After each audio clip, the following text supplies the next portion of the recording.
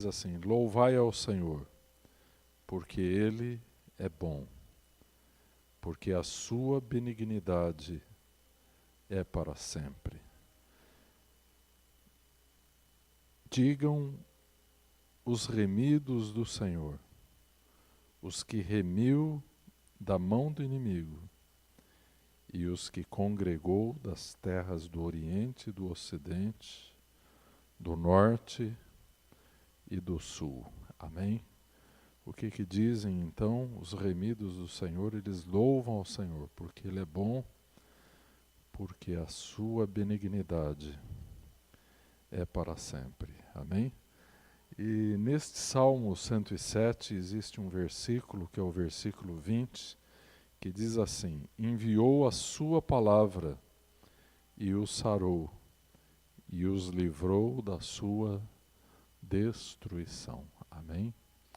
Então nós cremos que a palavra de Deus, ela tem o poder de curar, de restaurar e de livrar. Amém? E é por essa causa que nós estamos aqui nesta noite. Amém? De perseverarmos na oração, na palavra, na comunhão. Amém? Vamos ficar de pé um pouquinho, vamos ter um momento de oração antes de termos o estudo da palavra de Deus. Querido Pai, Deus eterno, bendito seja o teu nome. Iniciamos esta reunião com o Salmo 107, que nos fala sobre o dever supremo de nossa alma, que é te louvar, Senhor. Porque tu és bom e a tua benignidade dura eternamente, Senhor. A tua fidelidade é de geração em geração daqueles que temem o teu nome. Senhor, nesta noite, inclina-te para o teu povo com esta benignidade registrada aqui no Salmo 107. Senhor, cobre com a tua sombra as famílias desta casa, os líderes desta casa, cada faixa etária, desde a mais tenra criança até o mais idoso.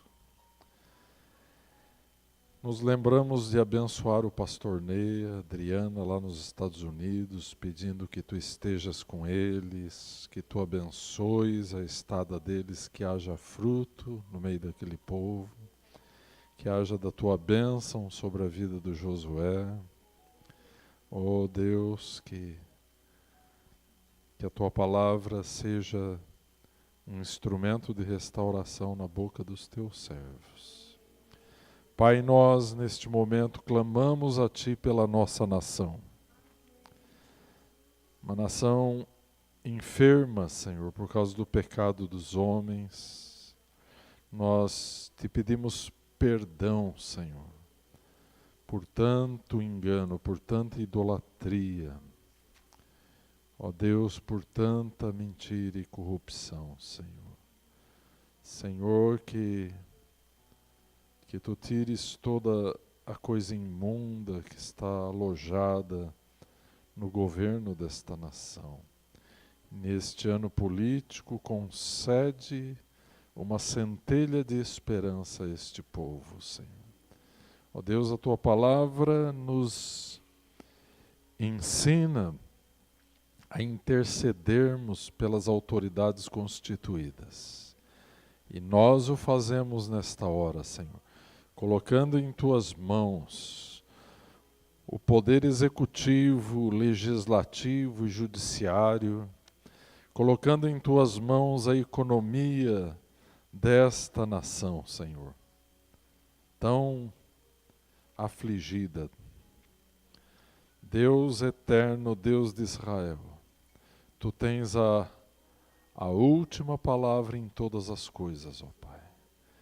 Senhor, e tu tens uma igreja que que se humilha diante da tua presença em favor desta nação, para que haja cura, tal como o Senhor falou em 2 Crônicas 7,14, nós oramos em linha com a tua palavra, quando tu dizes que se o teu povo que se chama pelo teu nome se humilhar e orar e se arrepender dos seus pecados, nós olhamos para a tua palavra, para a tua destra de misericórdia e pedimos que a tua mão seja estendida, a tua destra para usar de compaixão e misericórdia por este povo, mas também a tua mão julgadora, a tua sinistra seja estendida para julgamento, Senhor.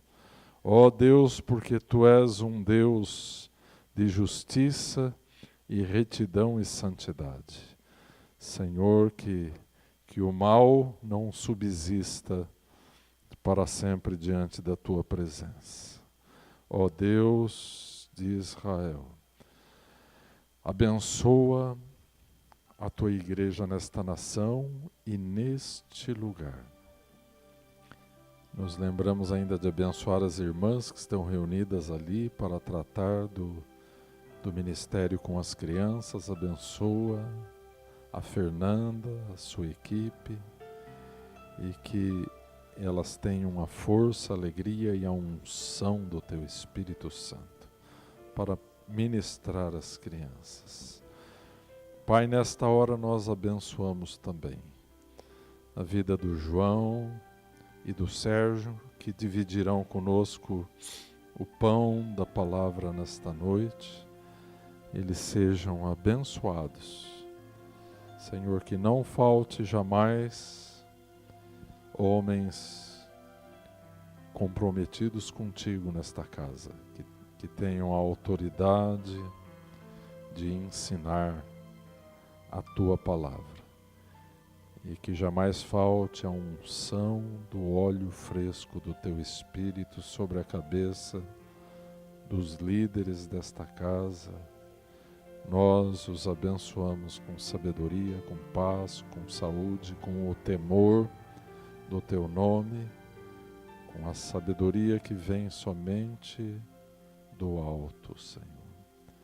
Pai bendito, te adoramos e bendizemos o teu eterno nome, no nome do Senhor Jesus. Amém. Glória a Deus. Podem assentar, irmãos. Então nós temos o estudo desta noite. Primeiramente o irmão João, né? E depois o irmão Sérgio vão dividir conosco dois temas relevantes da palavra de Deus. Irmão João, por favor. Então passamos diretamente ao estudo da palavra. Boa noite, irmãos. Que Deus nos abençoe. Ele que nos reuniu, né? Então que Ele tem coisas para nós, né? Preparadas para nós. E nós queremos agradecer a Ele, porque Ele é maravilhoso mesmo nisso, né? Sobre restauração da igreja.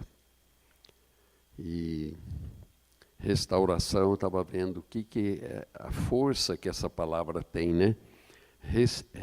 De restaurar, de recuperar o tempo perdido, reconstruir o que foi destruído, renovar o que se desgastou. Então é restaurar, restabelecer, consertar, renovar, consertar as coisas que dão errado. Então vamos restaurar. Restauração é muito comum essa palavra, né? Vamos restaurar uma obra, qualquer coisa assim. A restauração, ela vai tentar refazer a origem daquilo, né? Então é a força que ela tem. O que significa? Deus é o oleiro para refazer, tomar o vaso quebrado outra vez e tentar consertá-lo, fazê-lo ficar novo, ficar pronto, Qualquer coisa que esteja destruído, que pode ser renovado. Eu estou vendo que lá em casa faz 6 meses que nós estamos numa reforma. Está difícil, mas eu acho que vai ficar melhor do que estava antes. Né? É um investimento, mas eu acho que quando a gente investe, então algo que era de um jeito vai ficar melhor do que era antes. Essa é a intenção. Então a restauração da igreja é isso aqui. Agora eu estava pensando que a restauração, acho que desde o princípio, né? Porque aqui tem uma palavra que fala, essa que está aí, o qual convém, que está em esse Atos 3, 21, o qual convém que o céu contenha até os tempos da restauração de tudo, dos quais Deus falou pela boca de todos os seus santos profetas desde o princípio. Princípio, se a gente for ver, Gênesis 1:1 diz que no princípio Deus criou o céu e a terra. Logo em seguida fala que a terra era informe, vazia, abismo, trevas, caos, e o Espírito de Deus criando. Pairava e ele estava botando ordem em todas as coisas. Então, na criação, não é restauração, é criação. Eu creio que a restauração começou no primeiro segundo depois da queda. Aí já começou a restauração. Todos esses tempos da história, da salvação, do plano de Deus, da vida da igreja, começou a restauração. Felizes daqueles que nos tempos em que o Senhor os colocaram aqui, puderam estar de encontro a essa novidade de Deus, essa renovação, esses que encontraram, tiveram a presença de Deus na vida. E mesma coisa é nos dias de hoje. Para nós, a restauração é para nós nesse tempo, para os nossos filhos, e que nós oramos e desejamos que seja para eles, para os netos e as gerações vindouras e assim por diante. Então, nós vemos que desde o princípio, né? Então o que os profetas vieram falando e que agora diz que o céu contém, eu acho que essa palavra é muito forte, né? O céu contém até os tempos da restauração de tudo, dos quais Deus falou pela boca de todos os seus santos profetas, desde o princípio, né? Porque quem que é beneficiado? Se a restauração é o que dizem tantas palavras que estão na Bíblia. Se há restauração, se há renovação na vida, é o que a gente vê muitas vezes. Nossa boca encheu-se de riso e a nossa língua de júbilo, sinal de restauração. Então, entre as nações se diziam grandes coisas que o Senhor fez por nós. Agora, para quem? É para os perdidos, para aqueles que estão na igreja, mas estão perdidos também, às vezes desviados, não estão entusiasmados com o Senhor, nem com a presença de Deus, não estão curtindo a graça que Deus tem enviado, né? Quem que é beneficiado, pelo qual a gente intercede nos dias de hoje? As famílias, a igreja e o país, como foi orado agora há pouco. O indivíduo, a igreja da qual nós fazemos parte, cada um sendo restaurado, a igreja está sendo restaurada. E como consequência, a nação também é restaurada. Por isso que a gente vê muitas vezes, teve um avivamento aqui, um avivamento ali, outro lá. Isso é um sinal de restauração. É quando Deus vem, é Deus quem restaura. É Ele quem sabe o que está acontecendo em cada parte, em cada lugar da face da terra. Então é Ele que vem. Então é dele que nós temos que esperar. Eu não tenho nada dentro de mim, comigo, que possa fazer.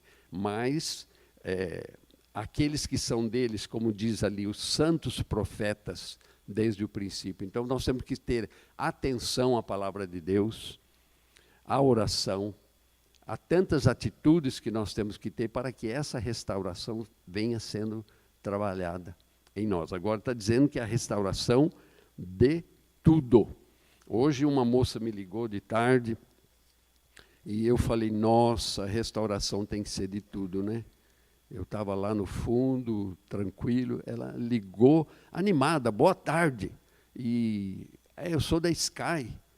Então, eu tinha, no jornal hoje, eu tinha visto um pedacinho do jornal, o quanto tem sido terrível esses telefonemas. Todo mundo está acostumado. Toca o telefone, ninguém fala, toca, você vai lá, dá só sinal de ocupado, e toca insistentemente. Então, eu estava falando disso. Então, na hora que ela ligou, já fiquei meio preparado, né? Mas a moça falou um boa tarde tão bom, abençoado, que eu, gentilmente, falei que não queria nada daquilo e cortei, porque eu estava tão concentrado no que eu estava fazendo. Mas eu falei, eu tenho que ser renovado, porque a moça que me ligou e me disse um boa tarde daquele jeito, teria que ter recebido muito mais do que eu dei. Entende?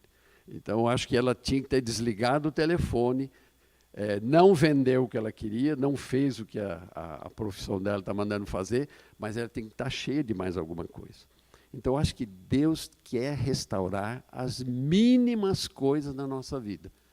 Desde o menor pensamento, aquele que você não dá um mínimo de valor, Deus quer vir renovar. Então, já passou para esse aqui. Serginho. O Serginho me deu um pouquinho mais de tempo, porque eu disse que o dele é menos. Mas a gente se perde aqui. Não sei como o pastor Paulo fala tão calmo aqui, né? Horas a fio aí. E, né? e a gente vê que o tempo vai passando, aquilo que a gente pensou. Então, a restauração é de tudo. Da salvação até o que a gente não ouviu falar. Porque o que Deus vai restaurar? Ele vai restaurar tudo, nem imagina os céus, a terra, tudo que está sobre a terra. Então, nós não sabemos. Nós vamos saber disso só lá na eternidade. Então, o que nós temos que fazer é crer nisso e se esforçar para que ela aconteça, em primeiro lugar, na minha vida, né? Porque o que está encoberto pertence ao Senhor. A vinda de Jesus um dia vai desfazer céus e terra. E aí é que nós vamos conhecer, vamos saber. Por enquanto, não, é pela fé. Mas vamos investir. Cristo é o juiz com poder, glória. Ele vem exterminar, claro, todo traço de maldade. Mas nunca antes da restauração de tudo. Por quê?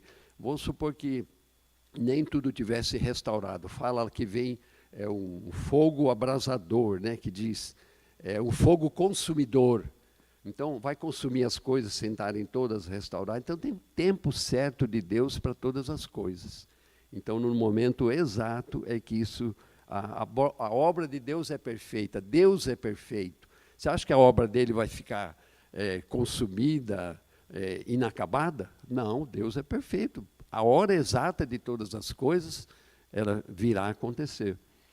E a gente sabe que estamos sendo convidados para a restauração das nossas vidas, e, no entanto, a gente sabe que, pela própria palavra de Deus, a impiedade vai se intensificar. Então, Deus virá com juízo. Então, que eu seja acolhido pela graça de Deus, porque haverá juízo. Então, nós vamos ver, vai restaurar, mas olha como é que está o país, como é que está o mundo, tudo está vindo pior, parece que tudo é o anticristo, tudo é difícil. Mas nós temos que ter firmeza nessa restauração, porque o dia da vinda do Senhor tem que nos encontrar de uma maneira bem diferente. E por isso que eu acho que essa palavra que tinha antes aí, que o céu conterá, ele está segurando o Senhor Jesus, não, né? Ele subiu, está lá, aguardando, na hora que for correta, que o Pai sabe a hora que vem, ele vem. Então, por enquanto, está contido lá, mas uma hora virá, como a gente tem lido na palavra, como tem ouvido, como tem esperado. É assim que as coisas vão acontecer. E ele virá para, diante de toda a maldade, né? E a gente sabe que aqueles que estiverem cedendo ao inimigo, acompanhando a ele nessa maldade, está atrapalhando a obra de Deus. Então vai ter uma paga com muito prejuízo, né? Então nós temos que estar coerentes com isso. vigiar e orar, porque essa vai ser a melhor atitude para não ser condenado na vinda do Senhor. Então, ser fiel até a morte, porque lá é que nós vamos receber a coroa da vida. Agora, existem os tímidos, incrédulos, abomináveis, homicidas, fornicadores, feiticeiros, idólatras, mentirosos. Para quem que cabe? Para aqueles que não se deixaram restaurar, existe o lago e enxofre, que é a segunda morte, é uma separação eterna de Deus. Então, nós temos que fazer o necessário, o impossível, que é para nós, para não se perder. É melhor entrar na vida com sem a mão, sem o olho, cego, aleijado, do que ir inteirinho para a condenação. Então, para o sofrimento eterno, né? Então, não perder a oportunidade dada pelo Senhor para realizar algo em favor do seu reino, porque nós vamos receber a recompensa. Está difícil fazer isso, aquilo. Não, vai firme, porque a recompensa virá na hora exata, né? Quem perseverar até o fim será salvo. E eu vi um trechinho de Daniel 12:3, fala assim: os sábios, pois, resplandecerão como o resplendor do firmamento, e os que a muitos ensinam a justiça refulgirão como as estrelas sempre e eternamente. Refulgirão, que quer dizer isso? Vão brilhar com uma intensidade muito grande, né? Agora, seguindo aquele, acho que era o anterior que estava, deixa eu ver aqui.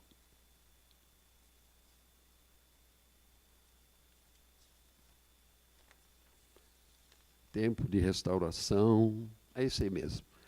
Então, os céus está contendo, é esse Atos 21 que fala, né? Que as coisas serão restauradas antes da vinda de Cristo. Além desse que a gente citou, que está contendo nos céus, né? Nós podemos ver, porque aí está falando a respeito do tempo de restauração. Todas essas citações. Então, é a parte bíblica, né? Então, só para ler uma delas, Atos 1, de 6-7, que diz: então os que estavam reunidos lhe perguntaram: Senhor, é neste tempo que vais restaurar o reino a Israel? Eles responderam: não lhes compete saber o tempo ou as datas que o Pai estabeleceu pela sua própria autoridade. Então, só para citar uma das citações que estavam ali, né? Depois, continuando, acho que tem recuperação de verdades, acho que é a próxima, né, Mônica? Recuperação das verdades. Tudo princípios bíblicos, né? Pegar uma delas aí, que é a primeira, de Coríntios 3:10, que diz: conforme a graça de Deus que me foi concedida, eu, como sábio construtor, lancei o alicerce, e outro está construindo sobre ele. Contudo, veja cada um como constrói. Então, é restauração da verdade, né? Que Paulo é que está dizendo isso aos Coríntios, né? O profeta Isaías também tem, não sei se tem citação aí de Isaías, acho que não tem, não. Então, a respeito da verdade. Depois, seguindo, fala sobre a vida espiritual. Então, tem na carta de Paulo a Timóteo que diz: seja diligente nessas coisas aí, a respeito da vida espiritual, né? Dedique-se inteiramente a elas, para que todos vejam o seu progresso. Atente bem para a sua própria vida e para a doutrina, perseverando nesses deveres, pois agindo assim, você salvará tanto a si mesmo, quanto aos que o ouvem. Então, uma das citações a respeito da vida espiritual. Em seguida, trazer à existência as coisas preditas pelos profetas. Primeiro, aquela citação de início, né? falando que o céu está contendo. Mas aí tem Romanos 16, 26, que fala, lê o 25 antes um pouquinho. Ora, aquele que tem poder para confirmá-lo pelo meu evangelho e pela proclamação de Jesus Cristo, de acordo com a revelação do mistério oculto nos tempos passados, agora o 26, mas agora revelado e dado a conhecer pelas escrituras proféticas, por ordem do Deus eterno, para que todas as nações venham a crer nele e a obedecer. Aí fala trazer à existência, né?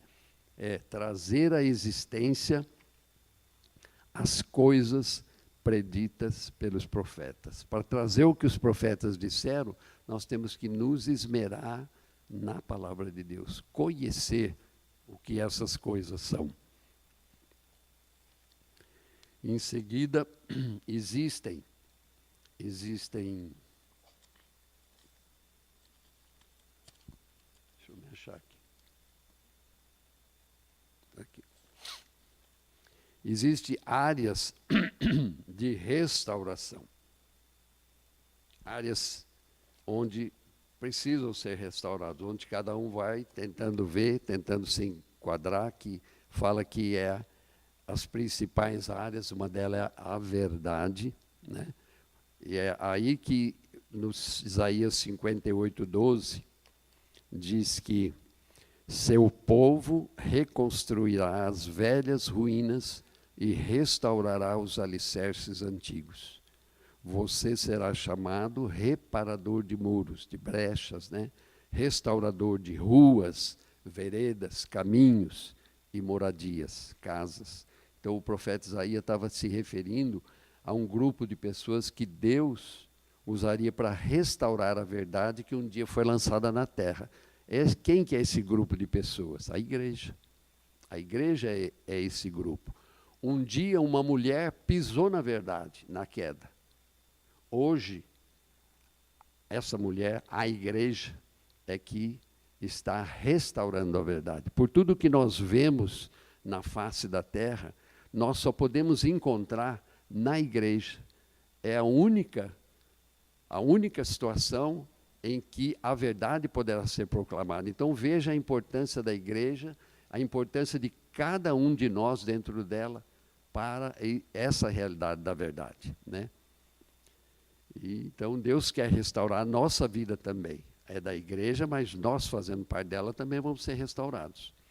Depois nós temos os ministérios. Os ministérios. Vamos escolher essa de Efésios, pelo menos uma citação, que significa, ele subiu, senão que também havia descido às profundezas da terra. Aquele que desceu é o mesmo que subiu acima de todos os céus, a fim de encher todas as coisas.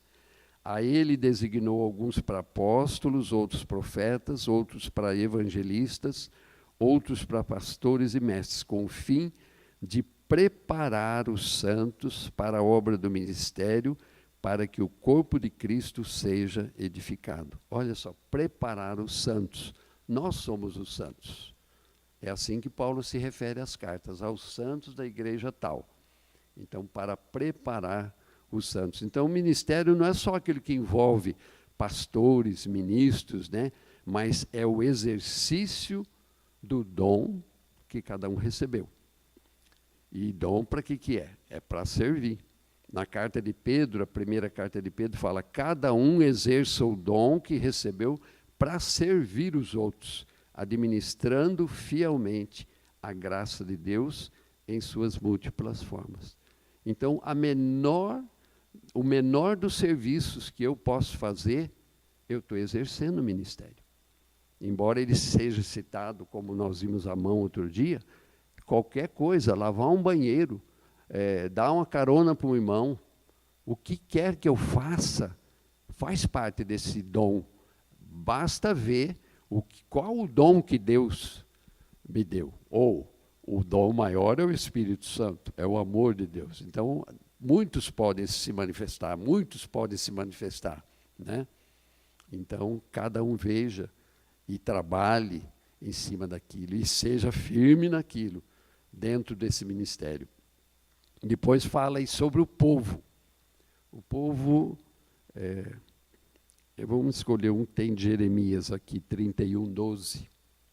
Diz assim: eles virão e contarão e cantarão de alegria nos altos de Sião, ficarão radiantes de alegria pelos muitos bens dados pelo Senhor. O cereal, o vinho novo, o azeite puro, as crias das ovelhas e das vacas serão como um jardim bem regado, e não mais se entristecerão. Um povo restaurado. Né?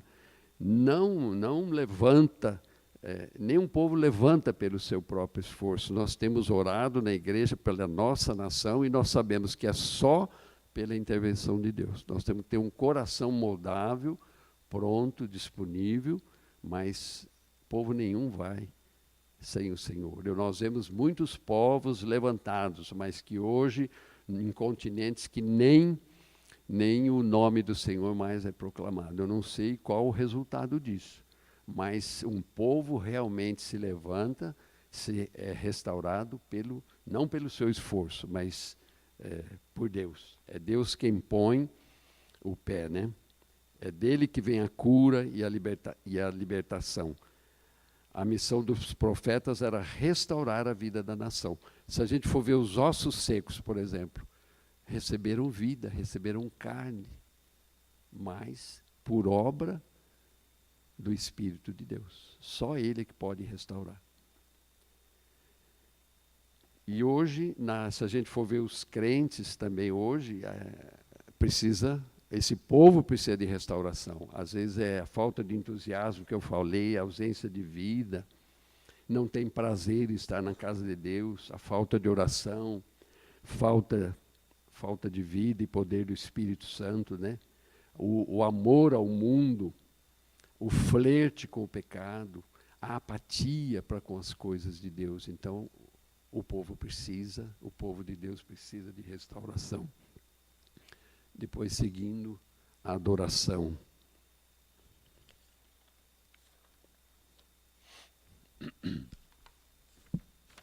Adoração.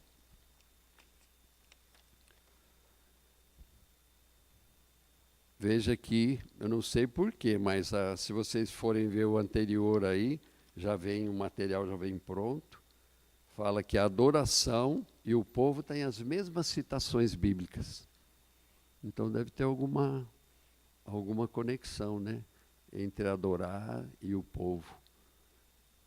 E a gente já leu um dos trechos aí mas a gente pode ler o de Jeremias 33:11, que diz assim: as vozes de júbilo e alegria do noivo e da noiva, e as vozes daqueles que trazem ofertas de ação de graças para o templo do Senhor, dizendo: deem graças ao Senhor dos exércitos, pois Ele é bom, o seu amor leal dura para sempre, porque eu mudarei a sorte dessa terra, como antigamente, declara o Senhor.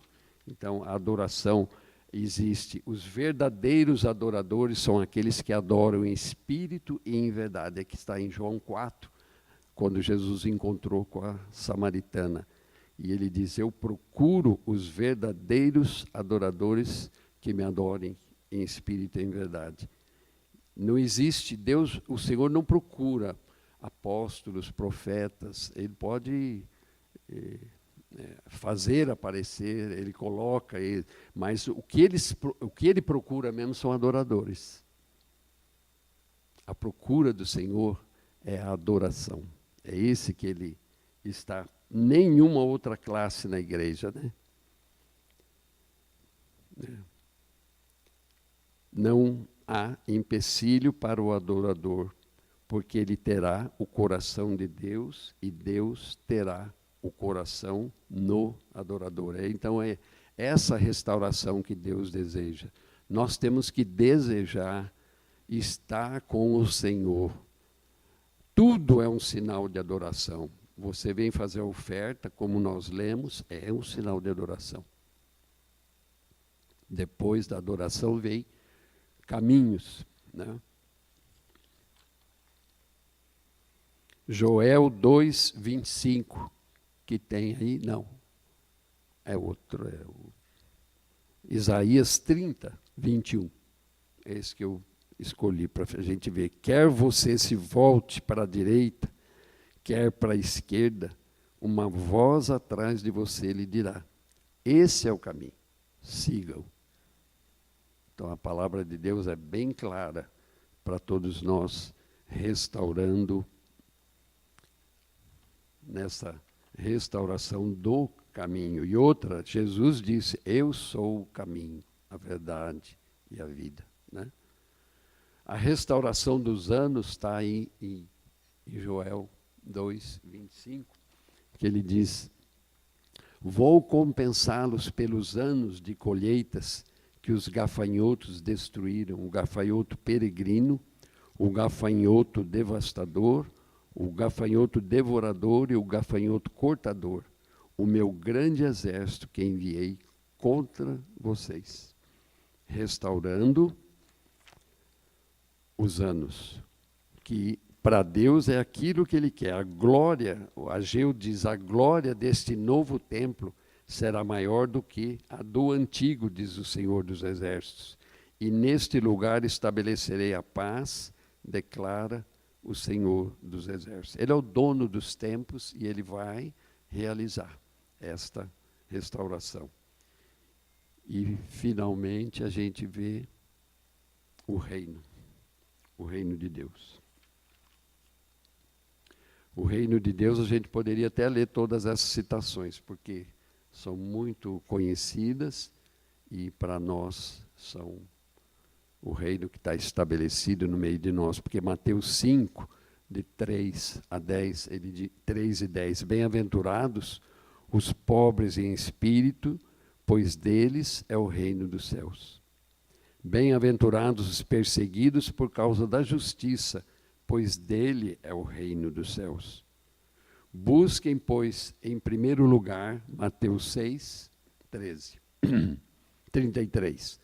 Busquem, pois, em primeiro lugar o reino dos céus e a sua justiça, e todas essas coisas lhe serão acrescentadas.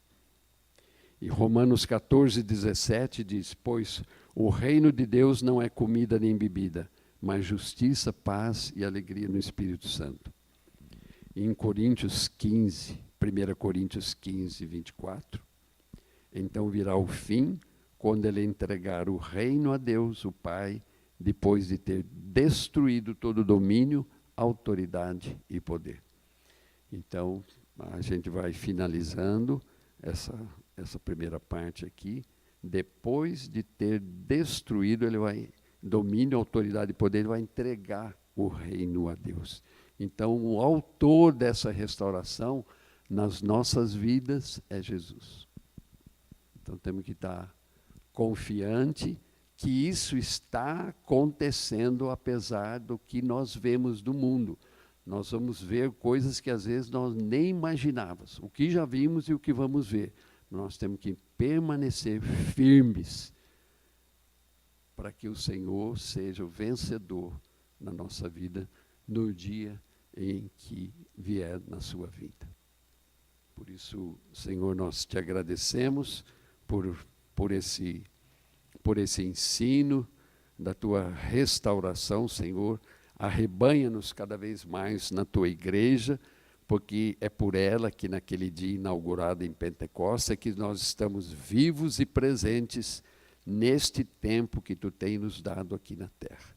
Por isso, muito obrigado, Senhor. Recebe, acolhe o coração de todos os irmãos que estão aqui nesta noite e restaura, Senhor, a vida de todos eles em todas as áreas, que tenha coragem, Senhor, de permitir que o Senhor venha em todas as áreas. Nenhuma área de nossa vida fique sem que o Senhor possa permanecer. Eu sei, Senhor, que isso é difícil até o fim. e seremos pecadores, traremos arrependimento, rasgaremos nossos corações tantas vezes, mas ajuda-nos a confiar em Ti, porque a restauração é certa no tempo em que Tu estás preparando. Por isso, obrigado, Senhor. Amém.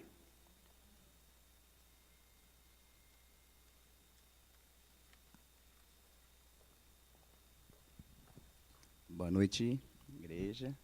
Eu aqui de novo. Deixa eu preparar aqui. Hoje eu vim para falar sobre discipulado na igreja. Interessante que quando o João chegou, né? O João estava preocupado que a ministração dele era extensa e eu estava preocupado que a minha era muito curta. Por isso que eu falei para ele que eu podia dar um tempinho para ele, mas curta, mas vocês vão ver como é muito importante, né? Para mim foi um privilégio ter estudado um pouquinho mais sobre isso. Na verdade, a gente precisava sempre estar lembrando, né, sobre isso aqui que a gente vai ouvir hoje, tá? Então, discipulado na igreja. A gente vai ver que a última instrução que Jesus deixou para a gente, na verdade para os discípulos lá, né, no finalzinho de Mateus, é o primeiro versículo ali, ó, Mateus 28, de 16 a 20. Você pode abrir ele. Vocês conseguem ler aí junto comigo? Eu coloquei ali para vocês acompanharem, né? Mas essa foi a última instrução, a ordem, né, deixada por Jesus aos discípulos, que foi a grande comissão. É bem conhecida, né? Então, vamos ler junto ali, ó. E os 11 discípulos partiram para a Galiléia, para o monte que Jesus lhes tinha designado. E quando o ouviram, o adoraram, mas alguns duvidaram. E chegando-se, Jesus falou-lhes, dizendo: É-me dado todo o poder no céu e na terra. Portanto, ide, ensinai todas as nações, batizando-as em nome do Pai, e do Filho, e do Espírito Santo, ensinando-as a guardar todas as coisas que eu vos tenho mandado. E eis que estou convosco todos os dias, até a consumação dos séculos. Amém. Né? Muito conhecido, a gente, na verdade, teria que estar sempre lendo isso, né? E volta lá no texto, Mônica, mas volta lá na primeira. Não, para trás. Primeiro slide lá mesmo. Volta. Travou? Lá no primeiro slide, que vocês já tinham visto, né? Ali mostra sobre a palavra ensinar, né? E é interessante que eu coloquei essa versão, que é a revista corrigida, que é a única que usa, assim, ó, portanto, ide, ensinai todas as nações. Esse verbo ensinar, no texto original grego, né, é usada a palavra, eu não sei pronunciar isso, né, pastor, não sei, mas é matheteou, né, é a palavra em grego. E que quer dizer, igual estava escrito lá, quer dizer ser ou fazer um discípulo. Então, se a gente vê lá na versão, nas versões novas, na NVI, na linguagem de hoje, lá vai estar assim: portanto, vão e façam discípulos de todas as nações. Então, se vocês verem, já tá mais atualizada, né? Então, ide e fazei discípulos. Tem uma versão que fala isso: ide e fazei discípulos. Na NVI fala: vão e façam discípulos. Então, esse ensinar é para a gente fazer discípulos. Então, ide e fazei discípulos mesmo. Essa foi a ordenança de Jesus, né? Fazer discípulos. Tem mais um versículo que a gente lê em Atos, olha lá, ó. Eles pregaram as boas novas naquela cidade e fizeram muitos discípulos. O mesmo verbo do grego usado, era para comparar, tá? É o mesmo verbo usado em grego ali, aquele mateteu que eu falei, só para ilustrar que era isso aí, de fazer discípulos, né? Então, na verdade, a grande comissão que foi deixada por Jesus literalmente discipular todas as nações. É o que está lá no slide. Então, a grande comissão, na verdade, é discipular todas as nações, né? Isso que Jesus deixou para a gente. E aí, antes de seguir ali no slide, pode deixar aí, Mônica, mas eu só queria falar um pouquinho sobre o que é um discípulo de Jesus, né? A gente não tem ali no slide, mas no estudo tinha falando um pouquinho, e eu achei importante deixar colocado para vocês. Tem um resumão, assim, eles fizeram um resumo pegaram dicionário, as coisas assim, né, em estudos, e aí tem uma definição. Um discípulo é um aluno, um estudante, um aprendiz, um seguidor, em treinamento e em submissão, disciplinado por Jesus Cristo. Amém? Então, isso é ser discípulo, né? A gente ser um seguidor, um aluno, mas disciplinado por Jesus. E interessante que quando a gente fala em discipulado, o tema é discipulado na igreja, né? Quando a gente fala de discipulado, a gente tem 2 discípulos envolvidos, né? Porque tem o discipulador e tem a pessoa que está sendo discipulada. A única diferença é que o discipulador, ele é um discípulo só um pouco mais experiente, né? Ele está num estágio mais avançado, né? Então, quando a gente tem um discipulado, alguém vai estar discipulando e alguém vai estar sendo discipulado. E os 2 são discípulos de Jesus, né? A gente está sendo disciplinado por Jesus. Então, todos nós somos discípulos. Amém? Agora para o texto lá. O significado do verdadeiro discípulo, né? 2 coisas estão envolvidas na aceitação da chamada inicial de Jesus ao discipulado, né? Aí eu queria que você abrisse já o versículo, Mônica. Isso. Esse é grande, talvez esteja um pouco pequeno ali, mas eu acho que dá para acompanhar.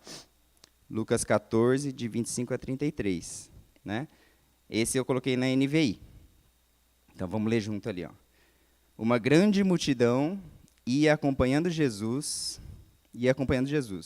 Este, voltando-se para ela, disse: se alguém vem a mim e ama seu pai, sua mãe, sua mulher, seus filhos, seus irmãos e irmãs, e até a sua própria vida, mais do que a mim, não pode ser meu discípulo. E aquele que não carrega sua cruz e não me segue, não pode ser meu discípulo. Né? Esse é o principal, eu deixei até em amarelinho ali. Qual de vocês, se quiser construir uma torre, primeiro não se assenta e calcula o preço para ver se tem dinheiro suficiente para completá-la? Pois se lançar o alicerce e não for capaz de terminá-la, todos os que a virem rirão dele, dizendo: este homem começou a construir e não foi capaz de terminar. Ou qual é o rei que, pretendendo sair à guerra contra outro rei, primeiro não se assenta e pensa se com 10.000 homens é capaz de enfrentar aquele que vem contra ele com 20.000?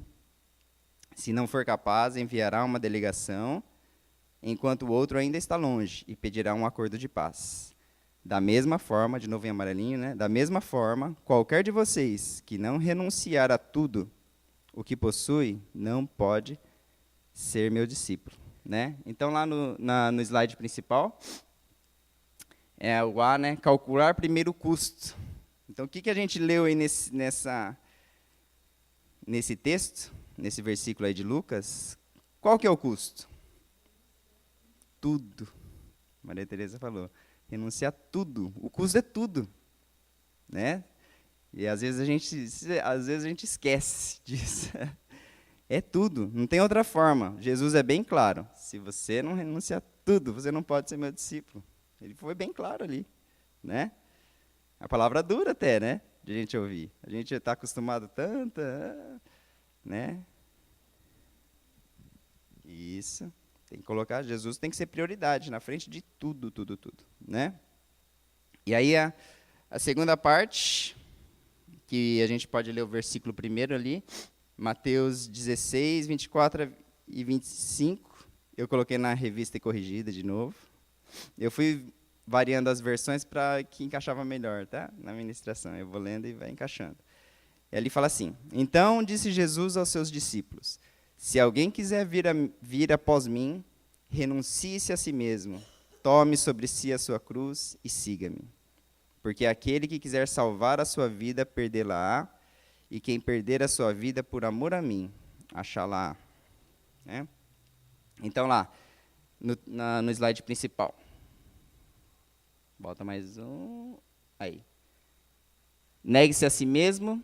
Se alguém quiser vir após mim, é o que a gente leu, né? Negue a si mesmo, tome a sua cruz e segue-me, né? Negue-se a si mesmo e tome a sua cruz. A gente crucificar o eu, né? A gente entregar nossa vida para Jesus e deixar Ele tomar conta de tudo. Eu tinha até lido hoje, acho que eu vou abrir aqui. Paulo falou assim em Gálatas 2, Gálatas 2, 20, eu acho que é. Minha vista já está ficando meio ruim.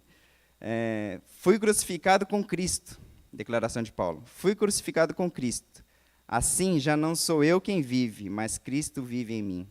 A vida que agora vivo no corpo, vivo-a pela fé no Filho de Deus, que me amou e se entregou por mim. Essa declaração de Paulo teria que ser a nossa declaração, né? Negar a si mesmo, tomar a nossa cruz e seguir a Jesus, né? Paulo era um discípulo, ele aprendeu, e a gente é discipulado por Paulo, né? Paulo, ele está transmitindo esses ensinamentos para a gente, né? E a gente tem que ir absorvendo.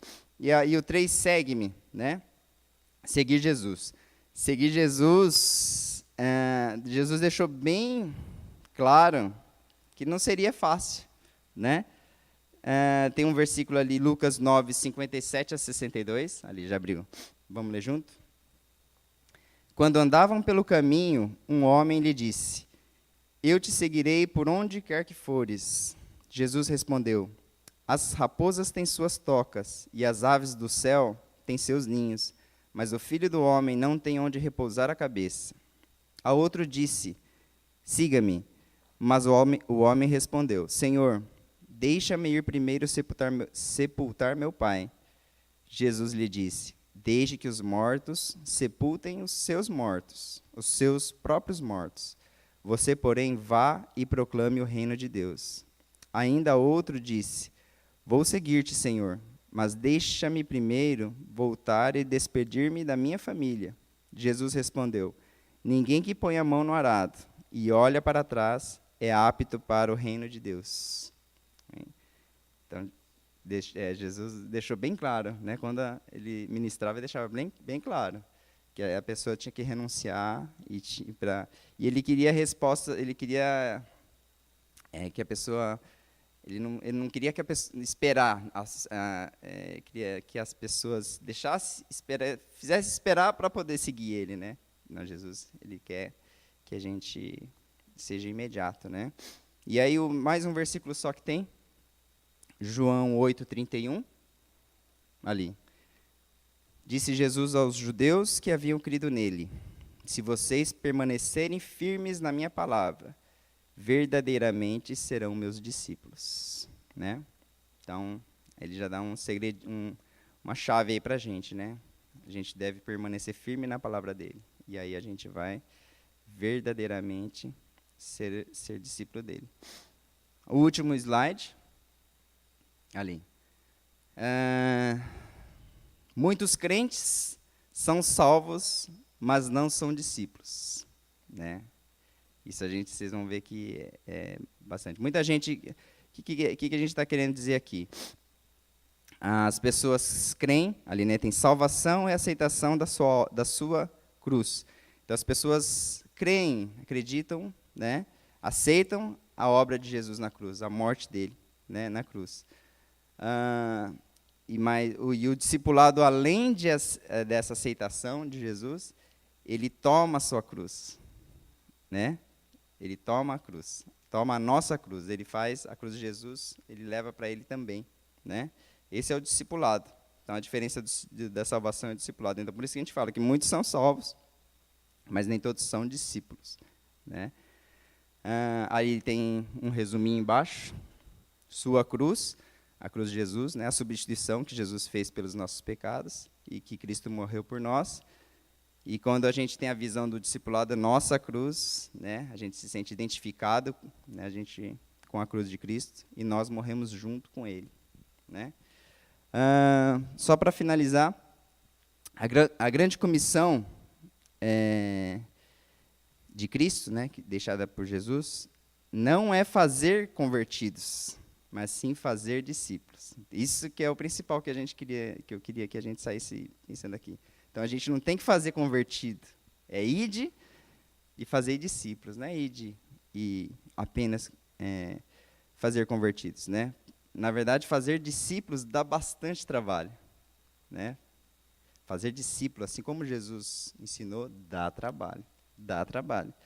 Porque a maioria das pessoas pensa assim, eu vou convidar um amigo para vir no culto, para ir na célula, né? Leva, a pessoa ouve a palavra, aceita, como a gente foi dito, aceita, né, a obra de Jesus na cruz.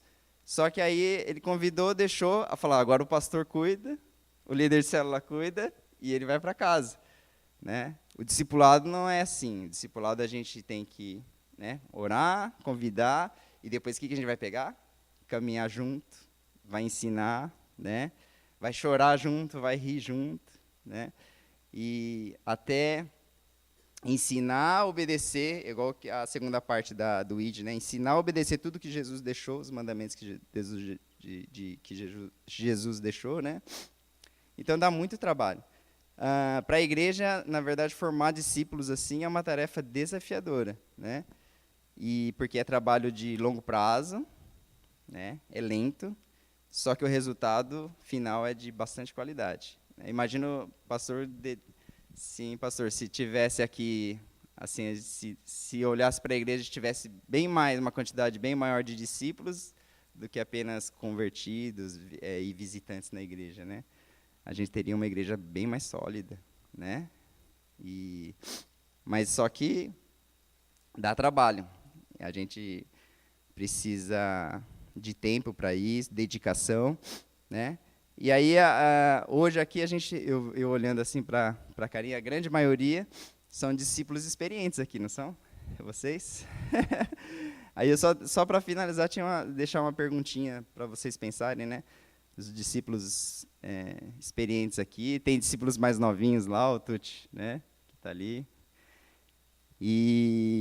Mas os discípulos mais experientes, para vocês pensarem assim, vocês têm discipulado alguém, têm caminhado alguém, ensinado isso, né, de que Jesus deixou para os mandamentos de Jesus, né? Então a gente tem feito o que realmente Jesus pediu para a gente fazer, né? E os mais novos têm sido discipulados por alguém, eles também, os mais novos também têm que querer caminhar junto, né, para ser discipulado. Então, é os dois. Então, dá trabalho e a gente precisa fazer isso. Negar a si mesmo, o que foi ministrado. A gente tem que negar a si mesmo,